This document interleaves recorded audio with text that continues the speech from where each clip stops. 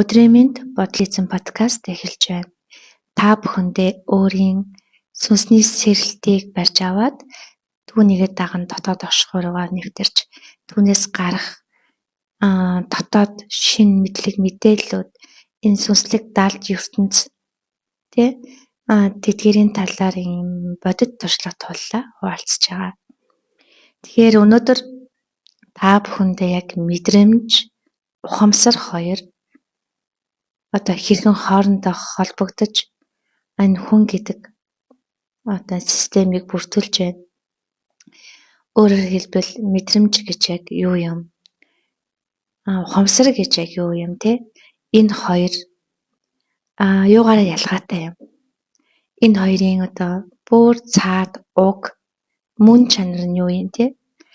За тэгэхээр бид урд нь хэлсэн бид энэ гурван хэмжээстийн ертөнцөөс ухамсараад хэлээд мэдрэмжээ ангаагаад мэдрэмж ангаана гэхээр бид амьдралынхаа туршид туулсан сэтгэлийн шархаа ангаахыг хэлж байгаа юм. За тэгээд шин хэмжээстийн шин ухамсар мэдрэмжээ дотоодосоо нээгээд өөртөөсөө ундруулад хэмжээс ахиж урд байгаагүй тийм гэгээлэг хайр дүүрэн хоорондоо юм нэгдмэл мөн чанартай их дэлхийгээ хайрладаг бүх юм нэгдмэл гэдгийг чин угнаасаа ойлгодог бие биенийгээ хайрлах гэж тэмүүлдэг зовлон шаналл гэдэг зүйлсийг багасгаж өөрсдийн хайгаад байгаа тэр дотоод ертөнцөө нээдэг. Өөрөөр хэлбэл бид хав илүү амар хэлбэр аз жаргалтай сэтгэл дүүрэн итгэл дүүрэн бүтээлч ийм нийгэм рүү шилжиж байгаа. За тэгээ энэ нийгэм рүү шилжихийн тулд хүн гэдэг амьтан маш ухамсартай болох ёстой. Буюу өөрөөр хэлбэл гэгэрлийг олох ёстой болчихж байгаа юм л да.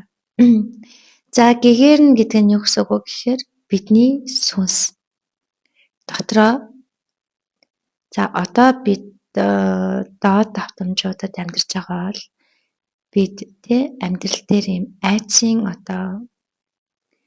орчинд айцаар амьсгалж айцаар өдөртөөлж айц тэтгэж айцтай ухамсараа хацаглуулад айцын мэдрэмжүүдийг зүрх сэтгэлээрээ дүүрэн авчгаад ингээд бид доод хэмжээстэд оршдог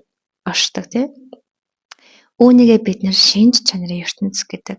Энэ нь ухтаан бол өөрийн дотоодод юу байгааг ойлгохгүйгээр зөвхөн энэ төрөл авалтынхаа туллаар түүнийгээ би гэж итгэж амьдардаг ийм шинж чанарын хэмжээсээс материалын ертөнцөөс бид өөрсдийн мөн чанар буюу ухтаан бол өөрсдийн дотоод руугаа орж өөрсдийн тэр айдсаас ангиж ирж өөрсдийн бэлэг авьяас чадамжаа нээж сүнслэг даалт ертөнцийнхөө чадар чадамжийг нээдэг мөн чанарын түвшинд орж ирдгээ.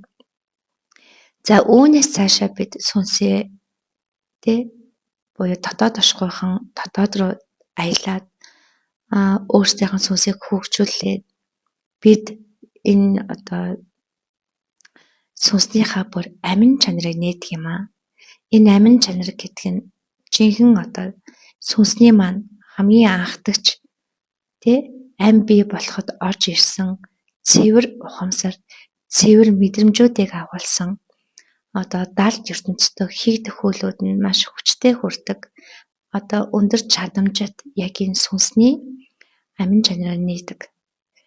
За ерөнхийдөө одоогор бид харанхуй ертөнцөөс буюу энэ айцын ертөнцөөс бид авяас бэлэг дотоод ертөнцөө нээгээд түүн дотор орших чадар чадамжаа гаргаад хайранд суралцаад бүх юм нэгдмэл юм байна гэдгийг чин ухтаа хүртэл ойлгоод ингээд явж байгаад бид гэрлийн давтамж буюу тэр амин чанартаа хүрч байна.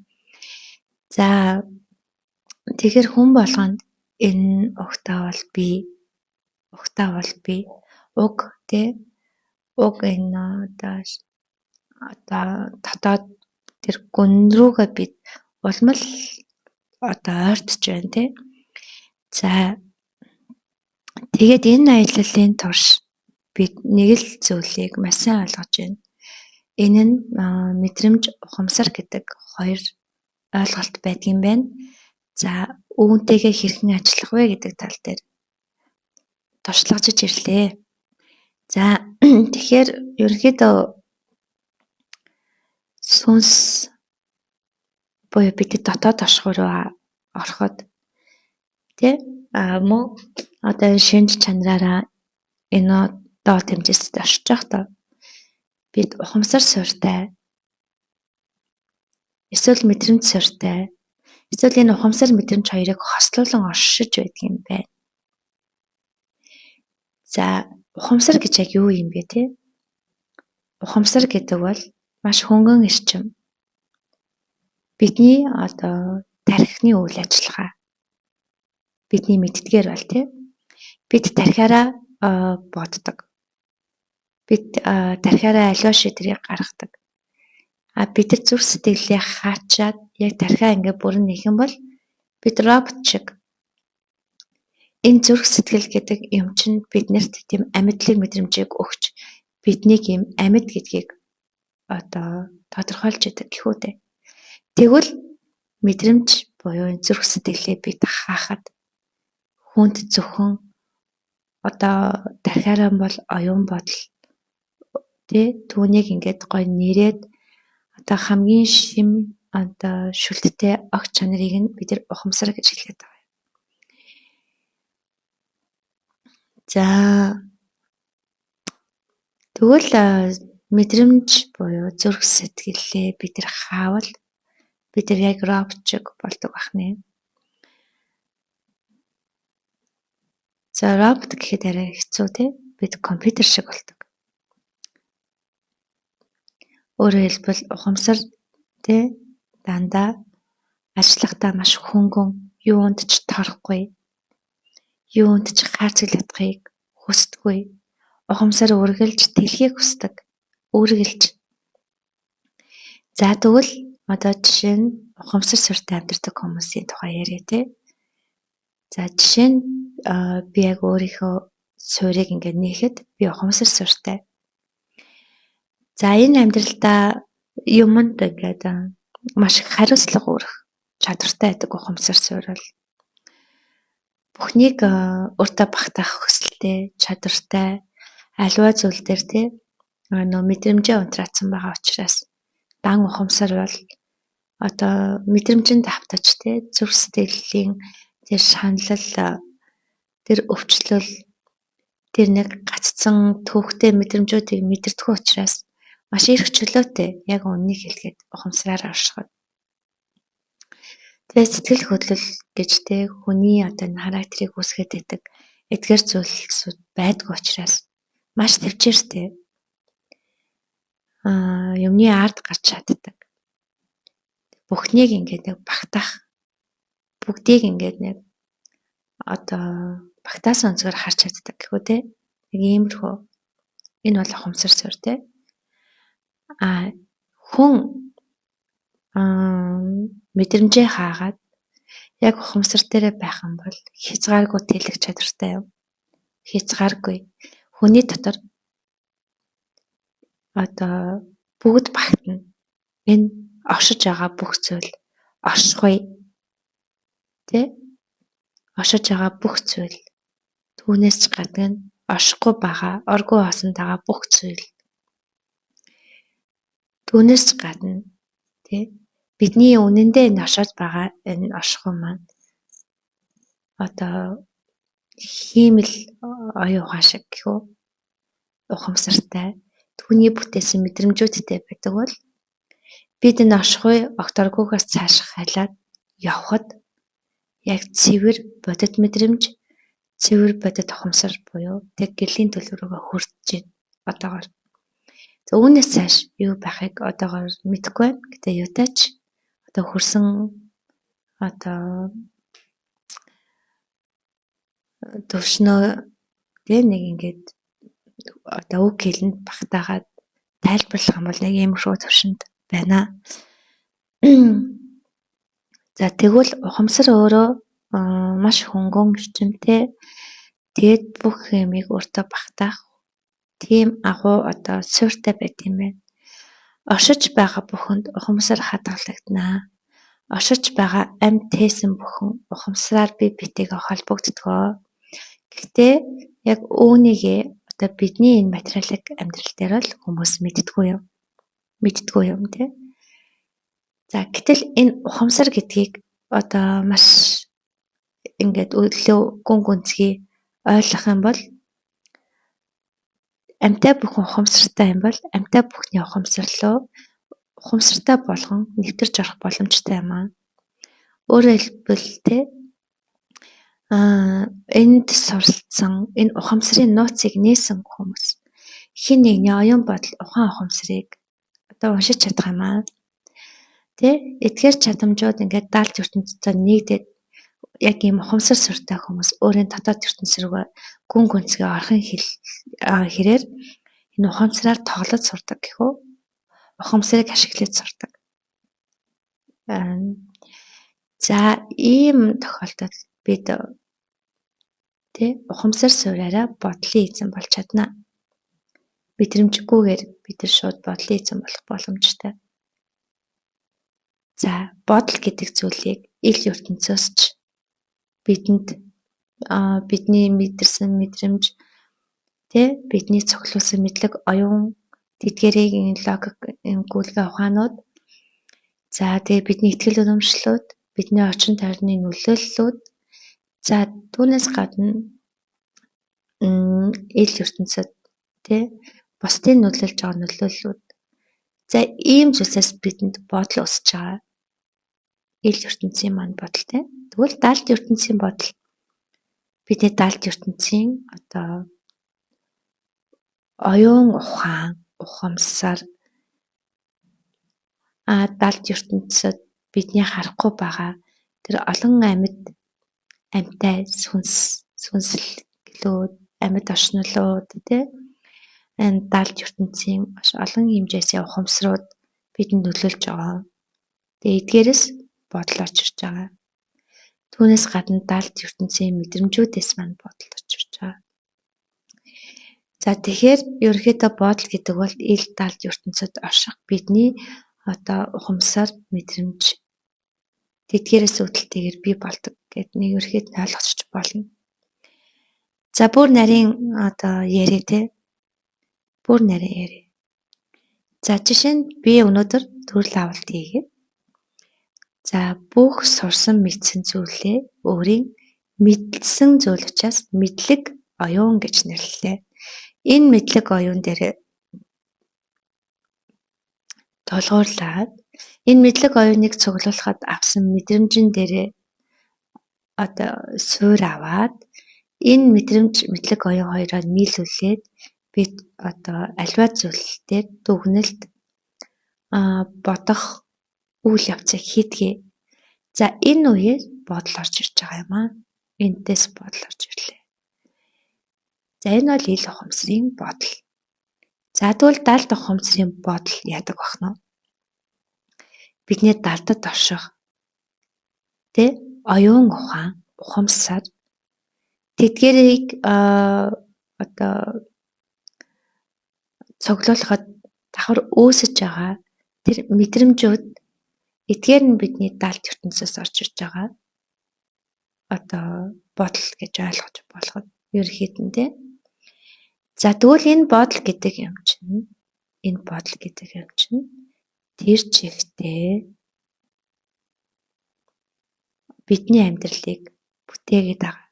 Бидний амьдралыг.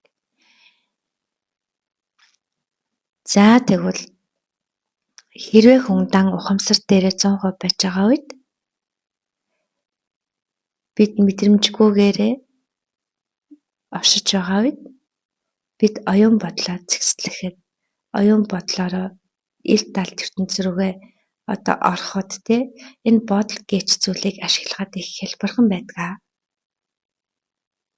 За тэгвэл мэдрэмж гэдэг зүйл ороод ирэхээр яадгийг мэдрэмж тийм мэдрэмж гэдэг нь мэдрэхгүйгээрээ мэдэрч цуглуулсан ийм бодит нэг тийм зууралдсан тэр зүйл нь маш ийм амьдлаг зүйлийг бүтээх үз тийм эрчим энерги байдаг мэдрэмж гэдэг нь. За мэдрэмж бол маш төвхтэй. За жишээ нь ингээд маш өндөр 100% мэдрэмж суртай хүн байлаа гэж бодъё. Тэр хүн зөвхөн өөрийн цуглуулсан мэдрэмжийн туршлагаараа бодож сэтгэдэг. Мэдрэмжиндээ л итгэдэг, тий. Ухамсар оюун ухаанаа ботхыг түүгээрээ ажиллахыг хүсдэг. Зөв мэдрэмжийн туршлагаараа мэдрэмжээр цуглуулсан оюун мэдлэгийг ашигладаг байна шүү дээ. За энэ хүн яг амьдралдаа авсан бодит мэдрэмжиндээ л итгэдэг учраас эдгээр хүмүүс мэдрэмжиндээ маш хүчтэй хайрцаглагддаг. Тэгээ мэдрэмж гэдэг зүйл чинь яг үнэндээ бол маш хүчтэй бодит зурлалсан эрчим гэж хэлсэн тий. Тэгэхээр энэ эрчим маш амьдлаг үнэн итгэл үнэмшлийг төрүүлдэг учраас мэдрэмж гэдэг зүйл маань биднийг яг жишээ нь энэ амьдралд маш хүчтэй хайрцагладаг. Маш хүчтэй амьдралын нэг тодорхой тойрогт баддаг, барьдаг. За эдгээр мэдрэмжүүд ангаагдаагүй тий. Мэдрэмж гэдэг чинь дотроо тухайн хүний сайн муу гэдэг нэг ойлголтоор авсан мэдрэмжүүд байгаа шүү дээ. Жишээ нь найзын мэдрэмжүүд ахиж тий мэдрэхийг хүсгээргүй тийм муухай. Гинтийн амьдралд цочирдсан тий өхөл хагцал амьдралд орж ирсэн маш хүчтэй уналтын үеуд за түүгээр барахгүй тий хүсгүй зүйлээ мэдэрсэн мэдрэмжүүд хүчирхийллүүд өөрөө өөртөө итгэлээ алдсан тэр мэдрэмжүүд гих мэтчлэн бид нар бол маш хүчтэй мэдрэмжүүдийн цуглуулгууд байгаа шүү дээ. Эдгээр мэдрэмжүүд биднэрт яг үргэлж хизээ авснаас үл хамааран боддоор яг энэ бүх мэдрэмжүүд оршиж байдаг. Тэгвэл хүн энэ бүх мэдрэмжиндээ ингээд нэг хайрцаглагдсан. Энэ мэдрэмжүүд ангаагдаагүй үедээ сэтгэлийн шархууд нь ангаагдаагүй үедээ тэр ангаалтыг хүсэж байгаа шарх болгоноороо бидэрт бодол үсгээд тий шархалсан шарх болгон дээр бодлын сэжүүрүүд үсээд энэ шарх нь ангаагдах гад бидэнд хэдэн мянгантай бодол болон орж ирж байгаамаа. Хэдэн мянгантай бодол болоод. Энэ их бодлоо цэгцэлж тий бид нар ингээд дархиа хоослох буюу бодол гэдэг зүйлээ удирдах сурахын тулд эхлээд энэ бодлоо зөксөх хэрэгтэй болдог. За тэгвэл энэ мэдрэмж гэдэг зүйл бидэд үргэлж бодол төрүүлдэг байх нь ямар мэдрэмж гэхээр тий үргэлж бидний зүгтдэг тэр сэтгэлийн шарх гэдэг зүйлийг өгсөн тэр мэдрэмжүүд ангаагдах гад тий бидний амьдралд зогсоо зайгүй бодол болон эргэлдэж тий биднийг энэ бодлын орон зайд ухамсаргүйгээр энэ мэдрэмж хүлж идэг. Бид мэдрэмжиндээ автахаар ухамсартайгаар бодож чаддгүй маа. Мэдрэмжиндээ автахаар бид тий үргэлж ухамсаргүйгээр сэтгэл хөдлөлтөд автаад шууд бодохгүйгээр үйлдэлүүд хийж автоматар юм цаанаасаа тий ухамсар ашиглагдахгүй болж эхэлдэг. За тэгвэл 100% мэдрэмжтэй байгаа хүмүүс бол ухамсарыг өөргөлж унтраадаг бахны. Тэгвэл 100% ухамсартай байгаа хүн итгэж үнэмшиж байгаа итгэл үнэмшилтэй өөрсдөө баригддаг бахны. Тэ? Итгэж үнэмшиж байгаа итгэл үнэмшилтэй баригдчихэв. Ухамсар суртангууд. За тэгвэл тэд итгэл үнэмшлийн тойрогтол гацдаг бахны. Тэгвэл энэ мэдрэмж итгэл хоёрыг бишээ мэдрэмж ухамсар хоёрыг хослуулдаг хүмүүс яадгийг. За жишээ нь нэг 50% мэдрэмжтэй, 50% ухамсартай энэ хоёрын амьдралынхын туршид хамт аваа явдаг ийм хүмүүс. За амьдралдаа эзэн болоогүй, бодолдоо эзэн болоогүй үедээ авсан мэдрэмжнийхаа сэтгэлийн шарахаар үүдсэн бодол дотор өөрийгөө хийгээд тэрэн дотроо одоо итгэсэн итгэл үнэмшлээрээ таг бариад өөрөөр хэлбэл өөрийгөө бас маш хүчтэй хоёрын хоёр зүйлээр одоо хашиж амьдардаг байна.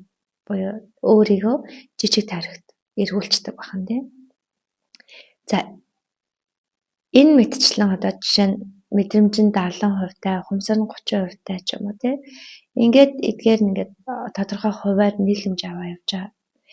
За тэгвэл хүн яаж энэ одоо бодлын жижиг тойргоос гарт юм бэ? Энэ бодлыг хүсэж байгаа энэ мэдрэмж ухамсараа яаж одоо тэлэх вэ? Тэ? Яаж одоо ухамсараа тэлэх вэ? Яаж энэ мэдрэмжээ ангааж мэдрэмжээ тэлж дараагийн одоо шин тэр хэмжээсийн өндөр ухамсарын ухамсар мэдрэмж хоёрыг өөртөө мэдэрч тэрэндээ дасаж одоо тэр амьдралын тойргоо томсгох вэ гэдэг л одоо ойлголт байна. За энэ дээр одоо хамгийн одоогийн байдлаар гаргасан зөв арга барил бол эхнийх нь ухамсараа тэлэх. Эхлээд энэ одоо мэдрэмж ухамсар хоёр зэрэг ингээд хүнийг хашиж байгаа, тойрог тавтуулж байгаа үед эхлээд ухамсараа тэлэх хэрэгтэй. Ухамсар тэлж мэдрэмжээсээ том болж ээж, том тойрог руу хэлж шилжиж тэр ухамсар дээрээс өөрхөн мэдрэмжийг ажиглаад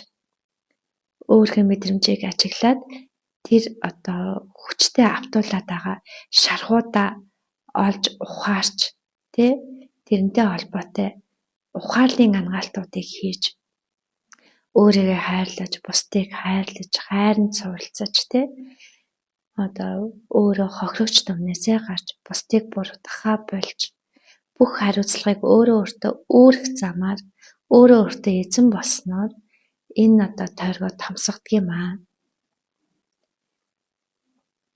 За тойрог томсох нэг ийм эхний арга нь бол ийм байна тийм.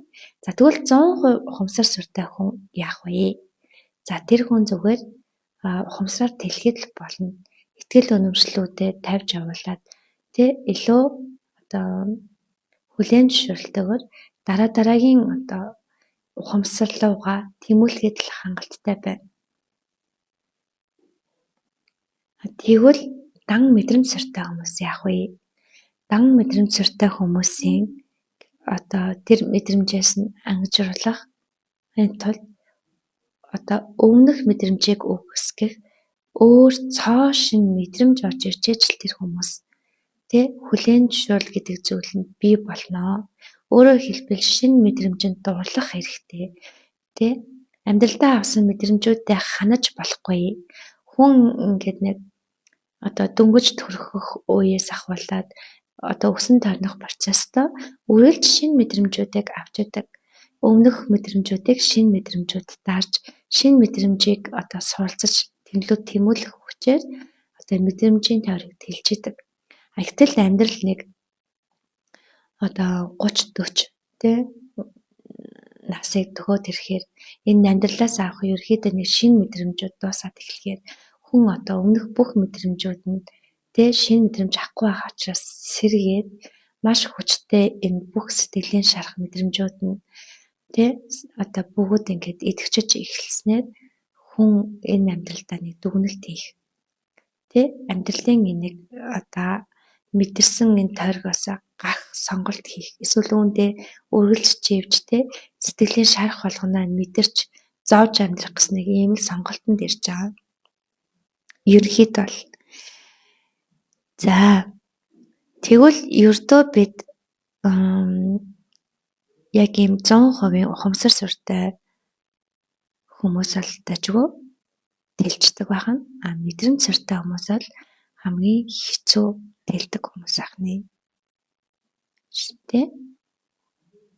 За тэгээ мэдрэмж ядж байхад маш бодит үнэн учраас мэдрэмжээр авсан итгэл үнэмшил тэ ухамсараар авсан итгэл үнэмшлээс хүчтэй зууран учраас эндээс гарахад хэцүү байдаг.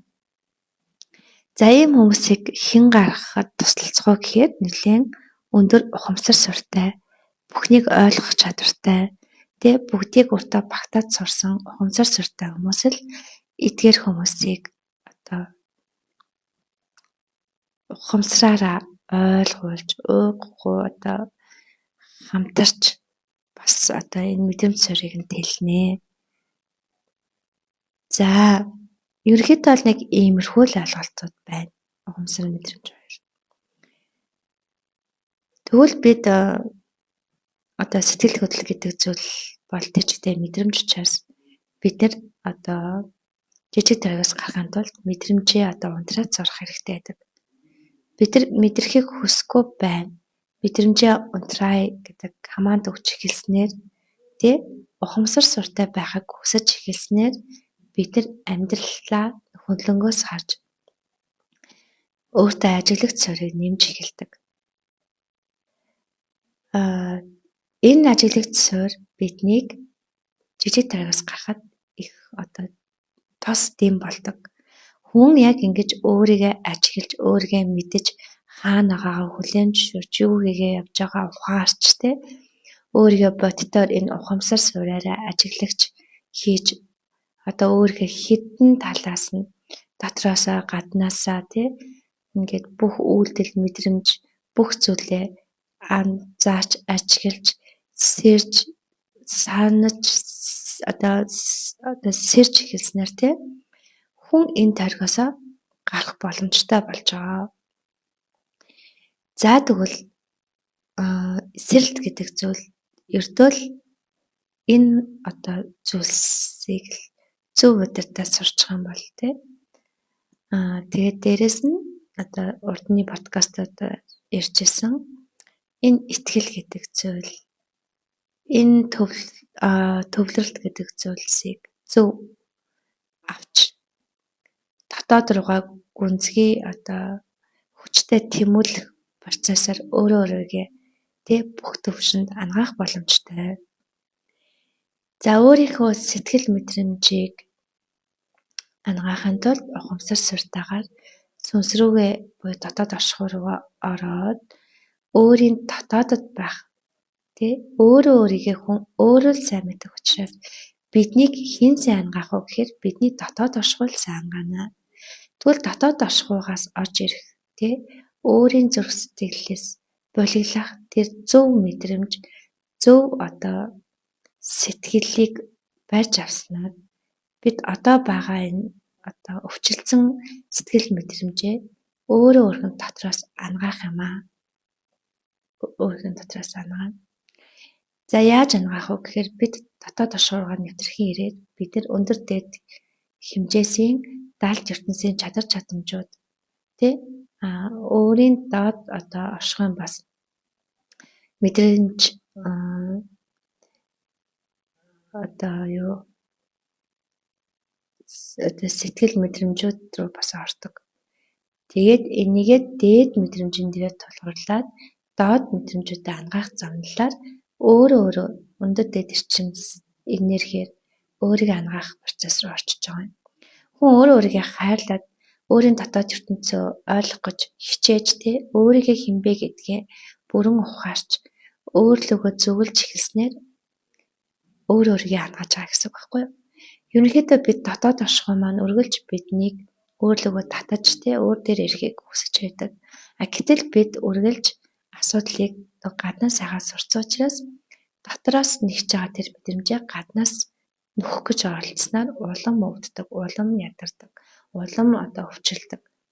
Тэ сэтгэлээрээ, мэдрэмжээрээ, одоо бодлоороо, ухамсараараа энэ хэдэн зэрэгцээд ирэхээрээ бидний махан бие хүртэл одоо өвчлөж штэ.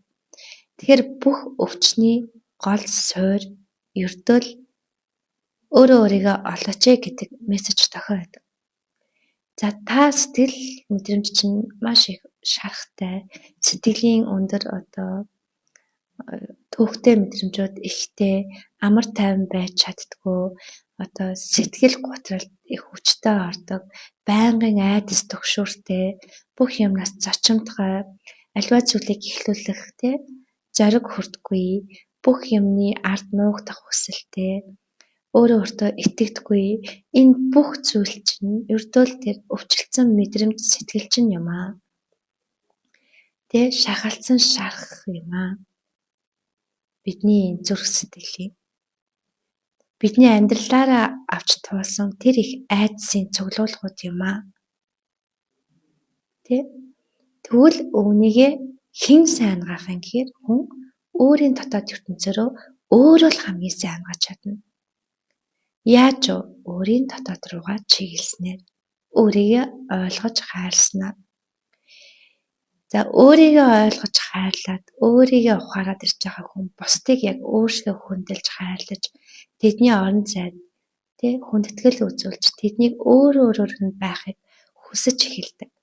Ингэснээр нэг хүн өөрөө байж эхэлснээр бусад хүн өөрөө байх боломжууд нэгдэх замаар ингээд нийгэмд энэ цаашаа тарахад өөрөө байх гэдэг энэ шинэлэг энэ байр суурь орж ирнэ, нэмэгдэнэ. Ингэснээр нийгэм өөрөө ангагдана. За үүнээс гадна хүн оюун бодлоор өвчлөсөн байдаг. Бидний нөгөө хайрцаглагдсан итгэл үнэмшлүүдээ мэдрэмжээр мэдрээд түүнийг үнэн гэж итгэнгүүт түүндээ өөрийн ухамсар буюу оюун ухааныг хайрцаглаж зөвхөн өөрийн олсон энэ амьдралынхаа итгэл үнэмшилд бий гэж итгэж эхэлснээр ухамсар өвчлөөд хайрцаглагдаад хашигдаад ингээд нэг хязгаарлагдаад ингээд жижиг тарихт ороод өвчлөлтдөг. За тэгээ энэ нэг хоёр ухамсарын өвчлөлт, мэдрэмжийн өвчлөлт хоёулаа хоршингууд бидний махан биеийг өвтгөж эхэлдэг. За тэгвэл энэ махан бие нэгэнд өвдөөд маш хүчтэй хүнд эдгэж болохооргүй эмч нарын хэлдгээр ангаагдахгүй өвчлөлүүд бий болдог. Хүндрээд ирэхээрээ яагаад хүндэрсэн? Хүн өөрийгөө олох хэрэгтэй байсан даалгавраа хийхгүй, өөрийгөө нөхөх тэр дутуу мэдрэмжүүдээ өөрийнх нь дотоод руу орох гэсэн тэр хүслүүдээ гаднаас хайж эхэлснээр өвчлүүлээд нь штэ. Бүх юм үүнтэй л холбоотой. За тэгээд өөрийн махан биеийн өвчлөө зовоод эхлэхээр хүн өвчнөөс өөр юу ч бодохоо болдгоо. За хүн ухамсар хайрцаглагдсан үед амьдраад байж болно. Хүн сэтгэл нь өвчлөсөн үед амьдраад ээж болно. Энэ хоёр нэгдээд махан бичээ өвчлөсөн үед хүн яаж амьдрах юм бэ? Өөрийн ирэхгүй өвдөлт, шаналл, завиур, өөхөх айцтай улам хүчтэй хүлэгдээд хүн бүр өчүүхэн болж байгаа юм тэр. Өвчнөөсөө өөр юм бодохгүй ийм жижиг таврагт өөхөө сайхан айцсаараа хүлүүлээд бүр гүнзгий хамгийн жижигхэн болж амьдарч штэ. Юу бодох юм? Өвдөж байгаа өвдөл бодогдно. Өөр юу бодогдох юм? Юу ч бодогдохгүй. Энэ өвдөн гэдэг чинь энэ бидний биеийн дотор байгаа мэдрэлийн эсүүд, энэ биеийн дотор чинь эд эрхтэн чинь эд эсүүд чинь болохоо байлаа гэд биднэрт байнга юм өвдсөн мэдрэмжийг өгч байгаа штэ. Тэнгүүд нөгөөдг нь гаднаас төр намдах анагаахын эмчилгээнүүд аваад махан биений эмчилгээнүүд аваад төр зур тэр өвдөлтийг дараа яваад идэг. Гэтэл дахиад л өвддөг. Өвдөлтөө бүр нууц үе шатанда ороод бүр хүнд өвдөд идэг. Тэгвэл энэ бүх шалтгаан чинь юу юм бэ? Өөрийгөө л ол гэсэн л хамгийн том анхааруулгын тэмдэг. Энийг ойлгохгүй явсаар байгаа сүултээ хүмүүс яадгүй гэхээр жинхэнэ нөгөө айгаад байгаа өхөл дээрээ л очтгоо. Тэгвэл энэ олон тойрог дотор өөрийгөө хийж өхлөөс өхлөө айж явж байхаар зүгээр л өөрлөгөө өнгийгэрчээ. Өөрлөгөө өнгөрсөн үед таны бүх өвчин эдгэнэ. Бүх өвчин.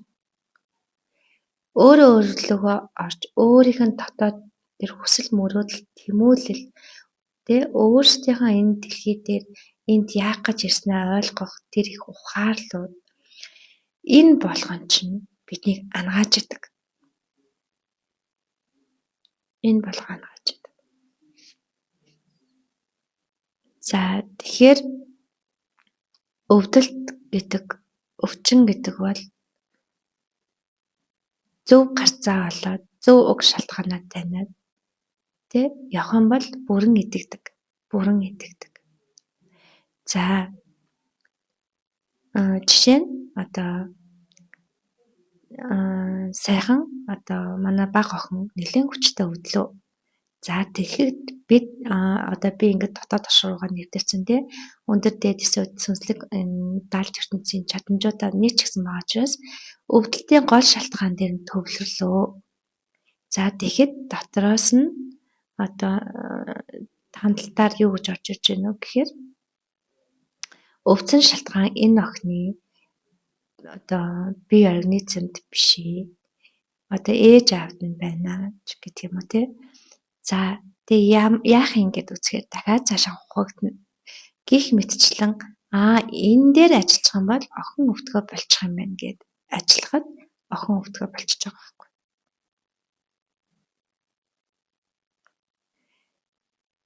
За бас ингээд зөө жишээ ярихад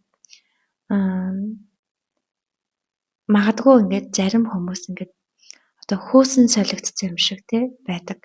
Өөрөөр хэлбэл эмгтэй мөртлөөсөө маш их шүд зан чанартай. За энэ нь юу гэсэн үг вэ?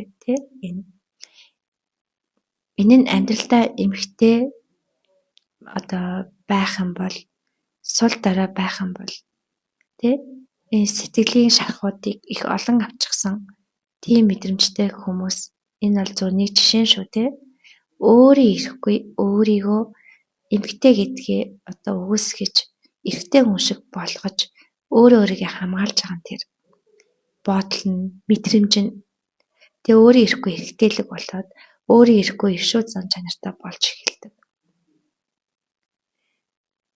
За энэ зүгээр нэг жишээ. Тэгвэл энийг нь ангааснаар хүн буцаад эмгтэй одоо мөн чанараар орших боломжтой болно. Ангаад ирнэ гэдэг нь энэ найцаас нь чөлөөлж уг мөн чанарыг ойлгуулж түүнтэй холбоотой бас дээд эсүүдийн засал эрчмүүд хийгдэж энэ хүнийг эмгтээлэг төлөв дээр байж болно гэсэн тэр айцгүй ихтгэл дүүрэн байдлыг бүрдүүлж өгснөөр буцаад эмгтээлэг төлөвтэй болж хувирна. Жишээ нь одоо ингээд гив генет байжгаад маш хүчтэй толгой өвдөд ямар ч толгойн юм уусан төвчин намдах юм уусан дарагдахгүй өдөржин шүнжэнгөө өвдөд за тэгээ энэ одоо яах ёстой болоо гэд ингээд тандаад үзэхэд төлөв шахсан мэдрэмж буй дотоод тошгоогоос нэг дээдсэн эрчим сэргээд тэр чадар чадамж нь над руу орж ирэх гээд ингээд одоо мэдрүүлж байгаа. Тэгүүнийг нь ойлгочингуудаа за шинэ одоо дээдсийн чадар чадамжаа хүлээж авъя гэдэг ганцхан энэ одоо хүлээн зөвшөөрөлтэй тэр өвдөд исэн өвдөлт алга болох жишээ Өөрөөр хэлбэл бидний биеинд өвдөлт болж орж ирж байгаа энэ бүх мэдрэмжүүд чинь бүгд цаана бидэнд нэг зүйлийг л хэлж байдаг. Нэг зүйлийг ойлгуулах гад. Тэрнтэйгээ холбоотой одоо бидний махан биеинд өвдөлт үүсгэж бидний анхаарлыг татж байгаа гэсэн үг. Одоо тэгэхээр жишээ нь ингээд дотоод ертөнцөө нээгээд ил талж ертөнцөд ингээд гацтай болоод бүх юмыг ингээд ойлгодод төвшинлөгөө баг багаар нэвтрээд ингээд явах хэрээр бид альва юмны учир шалтгааныг зөвөл одоо өөрийн төлөв буюу энэ сүнсэн төлөв дээр төвлөрж байгаад асуухад бүх юмны зангилаа тайлагддаг. Өөрөөр хэлбэл хүн жинхэнэ өөрөө өөртөө эзэн өөрөө өөртөө одоо замч бүхнийг бусдаас биш өөрөө ингэж шийдэж чаддаг энэ чадар чадамж нь нэгдэж байгаа. Тэгэхээр эхний ээлжинд одоо бид буюу манай энэ бодлын эзэн сургалтын төвөөс хүмүүс энэ мэдрэмж ухамсар махан биений энэ тойрогтой хашигдаад эндээсээ гарч чадахгүй зовж байгааг бид нар одоо маш сайн ойлгож ухаарад эдгээрээс гарах арга аргачлалуудыг өөрсдийнх нь замналаар туулаад олоод мэдчихсэн учраас манай сургалтын төвөөс бид эхний ээлжинд анх удаа 7 хоногийн нэг юм одоо бодол сэтгэл махан биеийг ангаах яг өөрсдийн дээд эсүүдийн чадвар чадамж энэ гүн гүнзгий асуудлын гол шалтгаануудыг олж илрүүлдэг энэ аргачлалаараа хүмүүстэй одоо тулж ажиллаж үзье гэд одоо нэг шинэ сургалт, ангаалт, засал бүгд хосолсон ийм сургалтыг энэ сургалт нь хүн өөртөө эзэн өөрөө одоо бүхнийг ангаагч гэдэг энэ итгэл үнэмшил рүү бат зогсоох ийм одоо сургалтыг одоо эхлүүлж байна. Тэгээ 3 сарын 5 хүртэл бүртгээд тэгээд эхний ээлжинд хэдэн хүн ирэх нь хамаагүй тэр хүмүүстэйг л одоо чин сэтгэлээсээ тулж ажиллая. Тэр хүмүүсийг энэ нэг тойргоос нь гаргаж энэ өвчлөл гэдэг зүйлийн учир шалтгааныг нь олж ухааруулж одоо бүх төвшөнд нь ангаая гэдэг нэг ийм зорилго тавьчлаа. Тэгээ үүнийгээ хийж үзнэ. Тэгээд одоо энд хамрагдахыг хүссэн хүмүүсээ урьж байна. За сургалт болохоор биет байдлаар тэгээ манай одоо бодлын эзэн сургалтын төв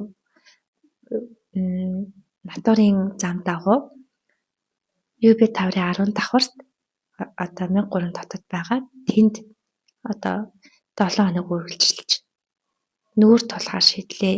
Эдгээр одоо зүйлстэй өвчнг ангаана гэдэг энэ том одоо амлалтыг одоо бид нар хүнд шууд амлая гэж одоохондоо чадахгүй байна.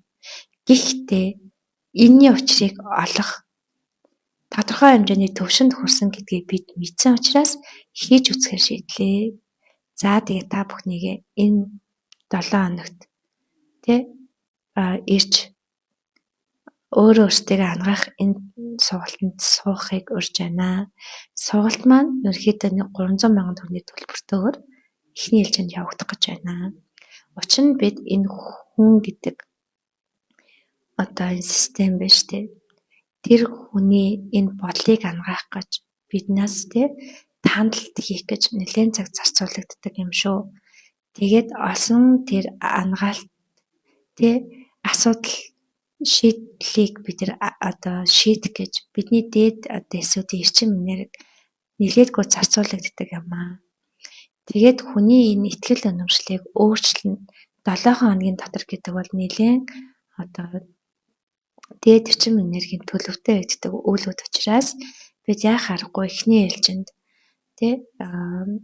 төлбөртөөр эхлүүлээд нэг туршаад нэг ууггүй зэт хийдэг ийм одоо байр суурьнд төрсэн. За түүнээс гадна одоо манай 2 өдрийн үнэгүй сургалтууд байгаа штэ. Хагас бүтэнсэн өдрүүдийн 12 цагаас тогтмол явагдаж байгаа. Энэ дотоод оршуудаа холбогдохыг хүссэн хүмүүсийг төвлөрөл итгэл хүлээн зөвшөөрөлтөөр дотоод оршихоор холбогддог 2 өдрийн энэ бясалгал суурьтай маш том чөлөөлтийн үйлүүдтэй ийм одоо 2 өдрийн ивент гэж хэлэх юм уу үйл ажиллагаа байгаа. За энд ирэхтэй хүмүүс яах вэ гэхээр хагасаа өдөр нь ирсэн хүн бүтэнсэн өдрөө заавал ирнэ. 2 өдөр ирээд энэ 2 өдөрт нь бид одоо дээд эсүүдийнхаа эрчим энерги өндөр чадамжийн хүрээнд тэр хүнийг шууд дотоодтой нь холбож байгаа. Төлөө авалтаар дотоод мэдрэмжийг нь өгж байгаа. Энэ төвшөнд одоо манай хамт олон хүрчихсэн учраас за тэгээ энэ мэдрэмжийг нэг авцсан хүмүүс цаашаа өргөжлүүлээд дотоод оршихуйгаа бүрэн өөрийнхөө энэ мэдрэмж ухамсар энэ бие ангаая. Түүнээс гадна бусдаа бас нөлөөлье. Энэ өөрийнхөө хүсэл эрмэлзэл зорилгоо бүрэн нээе те. Жинхэнэ өөрөөрөө бай гэж хүсчихвэл дараагийн сургалтуудаа хамрагдаад явж болно. За мөн одоо бидний зүгээс урд нь бол сүнсний тандалт гэж хийдэг байсан. Энийг одоо сүнс тандна гэхээс илүүтэй бид яг одоо таныг энэ жижиг тавьд гацаагаад байгаа шалтгаанууд дээр тандалт хийгээд дотоод туршлагатай чинь холбож өгдөг ийм одоо нэг удаагийн тандалтаар эсвэл 2 удаагийн тандалтаар ийм одоо яг хувь хүн рүү одоо VIP чиглэсэн гэх юм уу ганцаарчилж орсон ийм одоо тандалтуудыг хийж хэлж байгаа шүү. За тэгээд сургалттай үйл ажиллагаатай холбоотой зүйлсийг бодлын эзэн пэйж хуудаснаас YouTube сувгнаас Instagram-уудаас маань аваарай. Тэгээд подкаст маань та бүхэнд таалагдсан бол цааш нь сайн шеэрлээд түгэж өгөөрэй. За тэгээ өнөөдрийн подкастаа энд хүрээд өндөрлөе.